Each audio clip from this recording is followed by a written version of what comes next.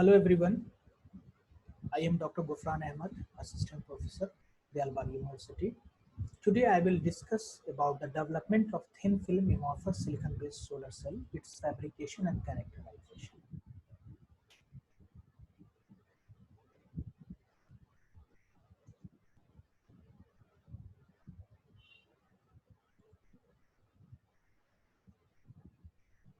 So there are various type of solar cell available in the market, broadly categorized into three categories: silicon semiconductor based, compound semiconductor based, and organic semiconductor based.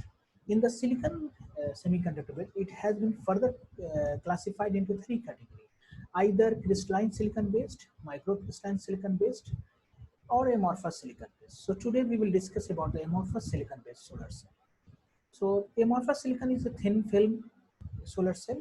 So there are various advantages of thin film solar cell, such as a variety of physical, plasma-based and hybrid techniques are available for the deposition of thin film materials. Different type of electronic junctions, such as single junction, tandem junction, are feasible in case of thin film solar cell. And this amorphous silicon has high band gap, high absorption coefficient. Therefore, only 1 to 2 micron thickness is sufficient to absorb 90% of the incident solar radiation. So large area deposition is possible in case of amorphous silicon solar cell. Monolithic integration is possible, so it can minimize the area loss. It's easy to handle and reduce the packaging effect. Uh, Another most important advantage is it has low temperature, negative temperature coefficient. So it is suitable for the application in high temperature as well as the humid region. This is the absorption coefficient of various semiconductor, and this is the temperature. This graph shows the temperature coefficient of silicon solar cells. Mainly, two type of a structure is possible in case of amorphous silicon solar cell, either superstrate type, in which the materials are deposited on the glass substrate and light is passing from the glass substrate, and another way is the substrate type, in which the materials are deposited on metal substrate and light pass from the top of the TCO layer. TCO means transparent conducting oxide layer. So before deposition or starting the fabrication of amorphous silicon solar cell, first of all, we have to select the glass substrate. So I have selected the transparent conducting oxide coated glass substrate, which is texture. And why I have used the texture? The reason is that this texturization can increase the internal path length of the light, which increase the or enhance the generation of electron voltages. So first of all, I have measured the transmittance of this glass. So I have found that it is more than 85% transparent, and the TCO layer has a high conductivity, and it has a low sheet resistance, and it is below 8 ohm per square. So for the deposition of amorphous silicon, generally we use the plasma enhanced chemical vapor deposition. So this is the 5-chamber cluster tool type plasma enhanced chemical vapor deposition unit. So for the amorphous silicon, we use the silane gas in composition with the hydrogen. This hydrogen is generally used to reduce the dangling bonds and defect densities in the amorphous silicon layers.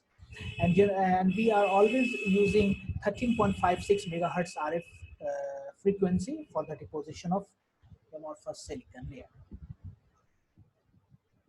So I have deposited, means my device structure is PIN type. So for the P type, which acts as a window layer, so in that I have used 1% diborane, because this to dope with this is a P type, so I have used 1% diborane, carbon dioxide, and hydrogen gas. And for the intrinsic layer, it is pure, so I have only used the silane and hydrogen. And for the deposition of N layer, for the doping of phosphorus, I have used the phosphine in silane and with hydrogen. So for the development of solar cell, we have to first develop the good quality thin films, good quality amorphous films.